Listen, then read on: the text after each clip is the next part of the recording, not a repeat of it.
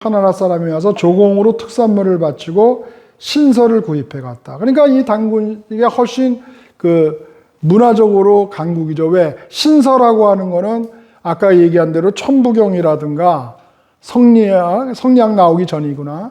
그런 어떤 하늘과 관계된 그런 책을 가져가고 바친 거는 특산물인데 동물 가죽이었어요, 주로. 예.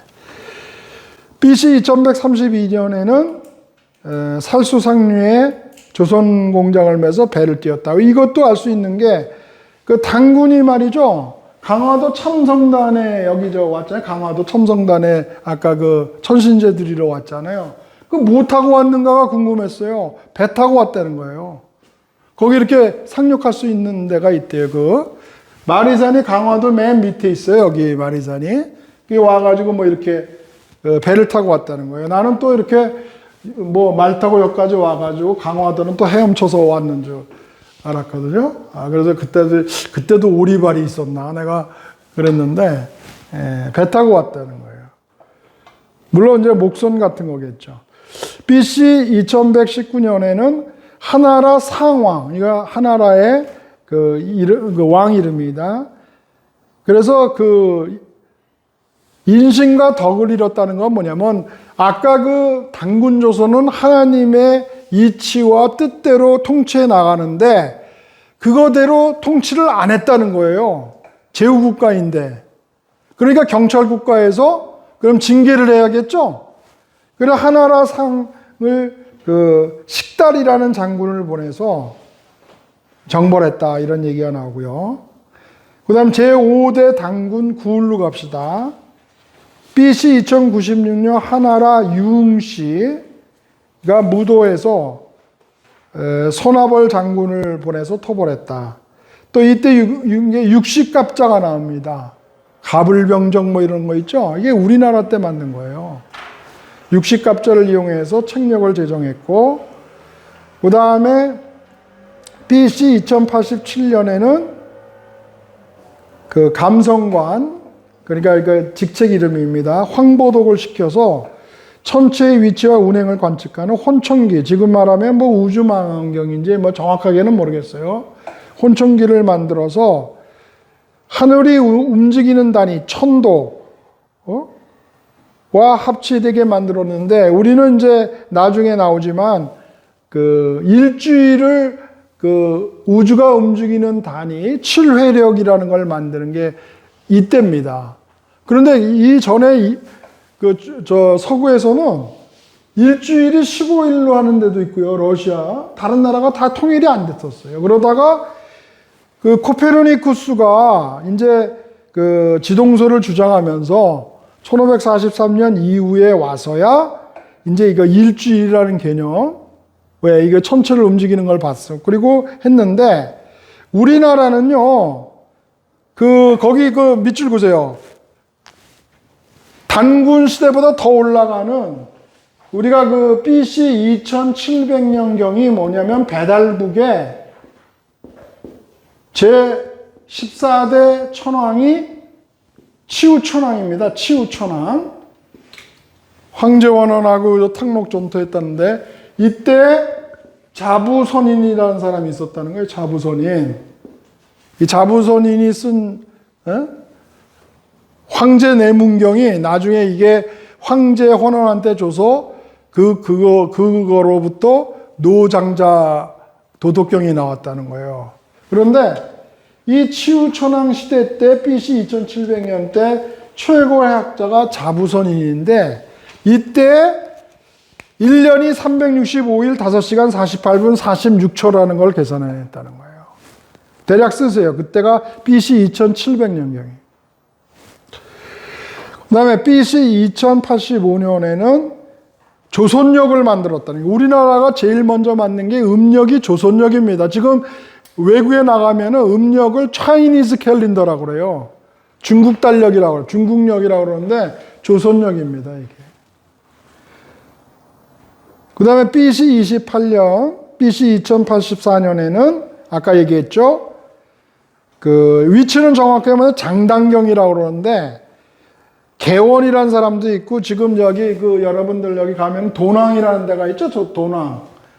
도낭이 지금 보면은 아까 그 이스라엘 쪽까지 이렇게 영향을 미친 걸로 보면은 중심이 도낭 정도 돼야 된다는 소리도 맞는데 우리나라는 지금 자꾸 그냥 그걸 좁혀가지고 막 하얼빈 쪽에 있었다 무슨 아사달이 있었다 어디 그런 말이 있어요? 하얼빈 그냥 추정하는 거예요. 자꾸 이쪽으로 동쪽으로 옮기는 거예요. 근데 아무튼 그게 중요한 게 아니고 거기서 그 제천단을 쌓고 그 삼신 아까 삼신 나왔죠? 한백엄 그죠? 환인 환웅 인검 단군 이 사람의 덕을 봉축하고 자 여기 나오잖아요. 무궁화를 심었다는 거예요. 무궁화는 하나님께 바치는 천지화였단 말이에요. 우리나라 근데 지금 국화가 무궁화인 줄 알지만 하나도 활용하는 데가 있습니까? 우리나라 교회 같은 데에서 하나님께 바치는 게 옛날에 무궁화인데 교회에서 무궁화 바치는 데 있느냐고요. 무궁화가 예수님을 의미한다는 것도 모르고 하나님께 바쳤던 천지화라는 것도 모르니까 그걸 하겠느냐. 그 목사님이 알면 그렇게 살아 그러면 될 거 아니야. 예?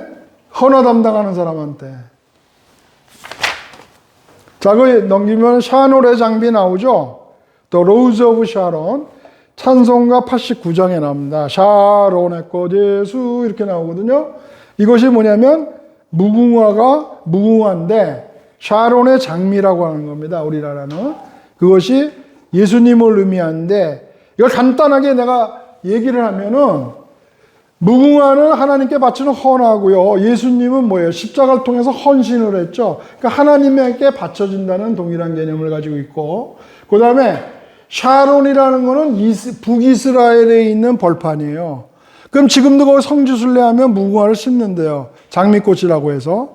그거는 뭐냐면 이렇게 좌우로 흩어졌으니까 여기 와서는 하나님께 바치는 무궁화라는 이름으로 심었고 이쪽으로 와서는 샤론의 장미라는 거로 해서 심었다는 얘기예요. 그러니까 그 단군 조선의 바운더리가 서쪽으로는 이스라엘 그 지중해 지역서부터 동쪽으로는 그 북만주까지 이르렀다는 거예요. 그러니까 동방박사가 또 교류할 수가 있겠죠? 엉뚱하게 가는 얘기가 아니란 말이야. 그리고 그 무궁화가 이게 지금 예수님과 의미한다는 건 뭐냐면 아까 내가 멜기세덱의 반차를 따라서라도 얘기했지만 우리 민족이 단군시대 조선시대에 믿었던 하나님 사상이 그것이 예수님의 복음으로 거듭난다는 거예요. 연결이 된다는 거예요. 유대인의 율법이 아니라 십자가 사건으로 그거는 종결이 되는 거예요. 자꾸 이걸 같이 연결하는데 유대인의 율법이 예수님의 복음을 반영하고 있다면 예수님이 신약에서도 유대인의 율법을 찬양하고 얘기를 했을 것이고 또 바리새인이나 율법학자, 서기관 이런 사람들이 왜 예수님을 이단으로 탄압을 해서 십자가에서 못 박히게 해서 죽이게 하냐고요. 그건 있을 수가 없는 거죠.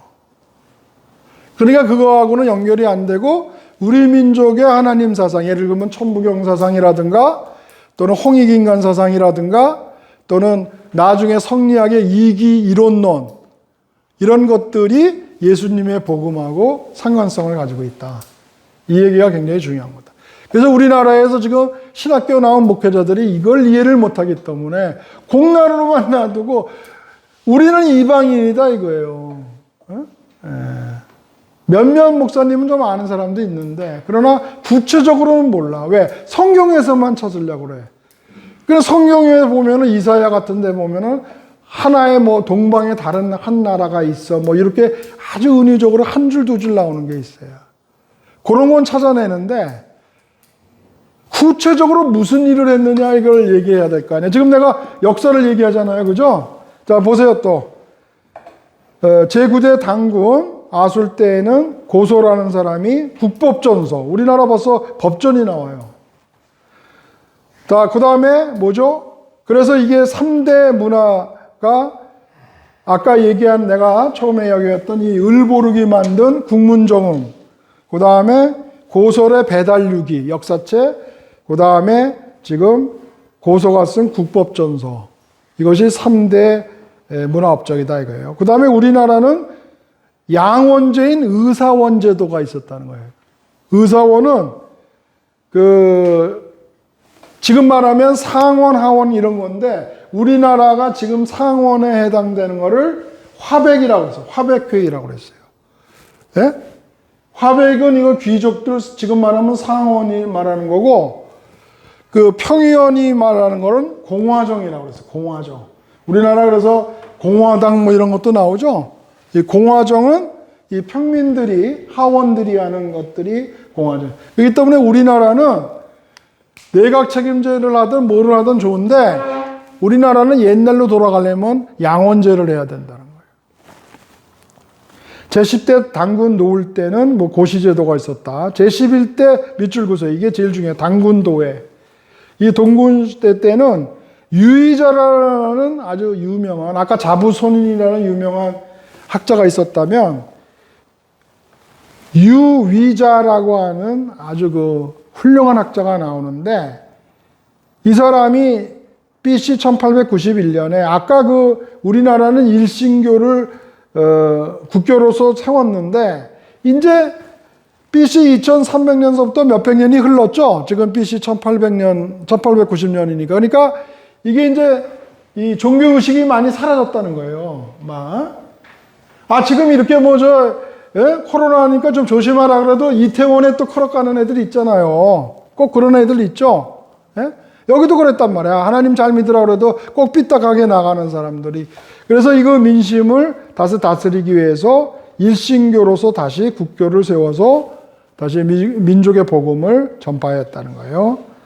자, 오가는 독해권륜모, 내가 저번에 얘기했죠. 그 오가의 명을 내려 12개 명산을 지정해서 수두를 세웠다는 거예요. 수두는 우리나라는 소도라고 읽는데 이것만 수두로 읽어요. 그건 뭐냐면 천신제를 드리는 거룩한 산을 말해요. 그래서 수두는 국선이라는 거는 그 당시에 천지화인 무화를 꽂고 다녔어요. 그래서 생도라는 게, 화랑생도라는 게 이때 나오는 거예요. 신라 화랑이 아니라. 그런데 그 꽃은 뭐냐면 무화였단 말이에요. 무화. 그래서 천지화랑 중에서 우두머리가 국선인데 여기에서 화랑들을 소집해서 이 명산인 수두, 12개 수두에서 천신제, 그러니까 아까 소머리 제사 지냈다고 그랬죠. 예? 황소를 바치면서 하나님께 동물제를 바치고 그 다음에 천부경 교육을 했다는 거예요. 그런데 이게 한 계산만 있는 게 아니라 아까 마리산도 있지만 12개가 있었으니까 어떻게 해요? 순회하고 이렇게 돌아다녔겠죠? 이게 풍류를 즐긴다는 거였어요. 나중에 우리가 풍류도라는 게 나오잖아요. 그게 무슨 기생 놓고서는 술 먹고 가물을 즐긴 게 풍류가 아니고 하나님이 계신 거룩한 장소인 수두를 가서 천신제를 드리고 그 다음에 천부경 설법도 듣고 그리고 거기서 하나님께 바쳤던 음식을 같이 나눠 먹고 한 게 그게 풍류였단 말이에요. 풍류도였단 말이죠. 그래서 그것이 나중에 고구려의 경당이라든가 신라의 화랑교육으로 이어져 내려왔다는 거예요. 그래서 나중에 이제 고구려 삼국시대 때는 5개와 6개로 이렇게 세분해서 교육을 시켰는데 5개는 충효 신인용, 6개는 글짓기, 노래, 활쏘기, 말타기, 검술, 주먹치기도 되고 탁견도 되고 이런 거예요. 우리나라 전래 무술인데 그래서 문무를 겸비하도록 훈련시켰다. 아까 5개라는 거는 정신교육이고 그 다음에 6개는 이 정신적인 교육이 아니라 육체적인 교육을 이뤘었단 말이에요. 그리고 BC 1846년에는 술과 음식을 갖춰서 천신제를 바치고 그 다음에 이제 다음 시간에 제가 가르치겠지만 천부경 81자를 암송을 했습니다. 그리고 또 삼일신고, 또 참정개경 이런 게 나오는데 이 삼일신고를 설법으로 가르쳤다는 거예요. 하나님의 경전입니다. 이것이. 그 우리나라는 서양에는 성경이 있는데 우리나라는 뭐가 있냐? 우리나라도 경전이 있었다고요. 천부경, 삼일신고, 천정계경 몰라서 그렇지. 오른쪽이 공난이라서 그래서 몰라서 그런 거지 있었단 말이에요. 제가 그거 다 강의합니다 지금 나중에. 성실하게 들으세요. 그 다음에 이것도 믿거나 말거나 이렇게 나오는데 BC 1836년에 송화왕이 기습에 지금 말하면 기계공창을 만들었다는 거예요.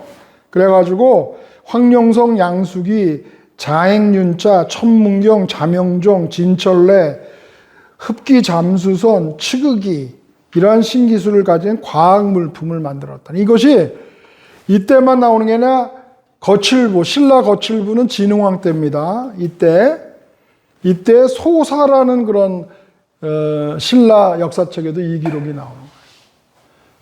그러면 지금 나오는 대부분의 그런 기계 있잖아요. 특히 대표적인 게 그 맨 밑에 장영실이 세종 때 치극기를 또 아까 훈민정음 같이 새로 만든 것 같이 얘기하는데 그게 아니라 이 국문정음을 옛문을 봐서 있었듯이 이 옛날에 치극이 만들었던 어떤 그런 설계도 같은 게 있었을 거란 말이에요. 조금 옛날 거지만 그걸 더 정교하게 sophisticated하게 장영실은 무식했기 때문에 뭐 정초라는 무슨 이런 우리 문신이 그걸 막 해석해 주면서 이제 이거를 만들었다는 거죠. 치극기를 아무 끝도 없이 갑자기 팬텀기나 F-35 이런 걸 만듭니까? 아무 설계도도 없이. 그렇잖아요? 그 다음에 BC 1844년에 국민개병제도. 이건 벌써 국군 병역 얘기가 나오고, 그 다음에 BC 1835년, 이거는 제가 먼저 강의해서 홍익인간 할 때 가르쳤던 내용인데, 홍익인간의 절차가 있었어요. 홍익인간의 절차. 그 홍익인간의 절차를 구하는 게, 영어로 이제 성통공안이다 그러는데, 성통공안의 공안.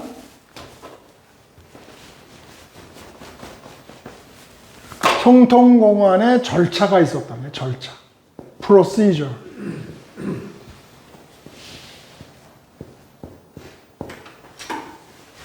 절차는 뭐냐?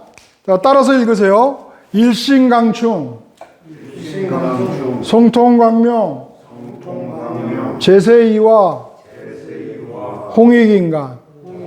자, 홍익인간이 되려면요, 무슨 기체조를 많이 하고 무슨 폭포수에다 머리를 담그고 암석을 보고 그냥 하는 그런 득도 행위가 아니고, 거길 보면은 빨리 끝나겠습니다. 오늘 좀 요까지 하겠습니다.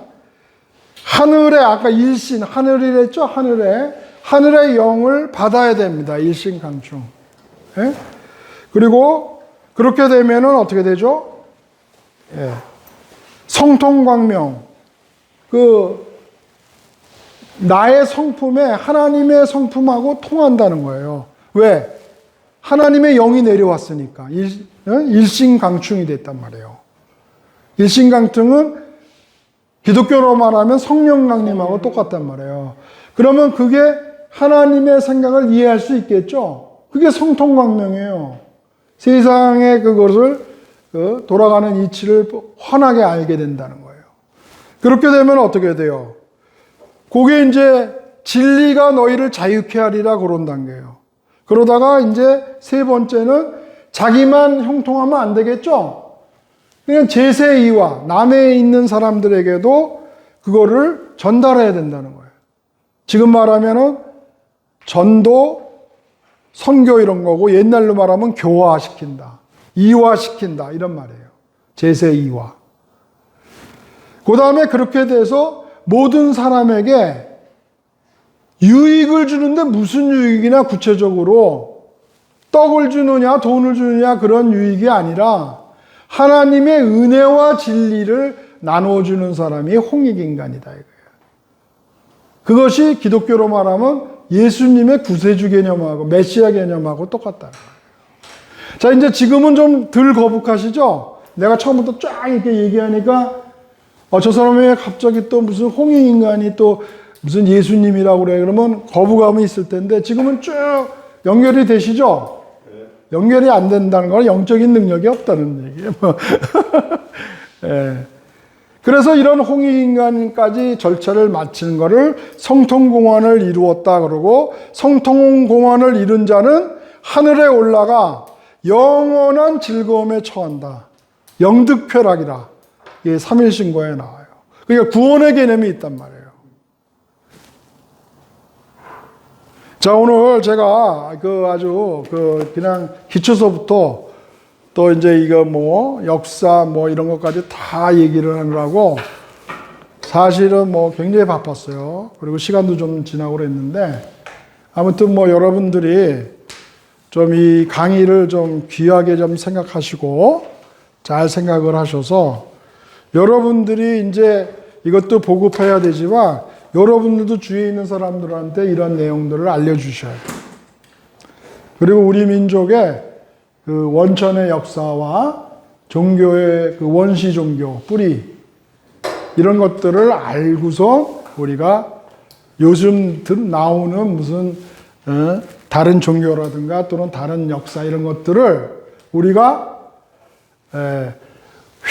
휘감아서 그것들을 포용할 수 있는 그런 단계까지 돼야지, 맞싸워서 싸우고 저건 뭐 식민사학인데 이런 싸울 필요가 없다는 거예요. 그렇죠? 네. 한 단계 위에서 우리가 그것들을 바라다 볼 수 있는 능력이 있어야 된다는 겁니다. 자, 강의 마치겠습니다.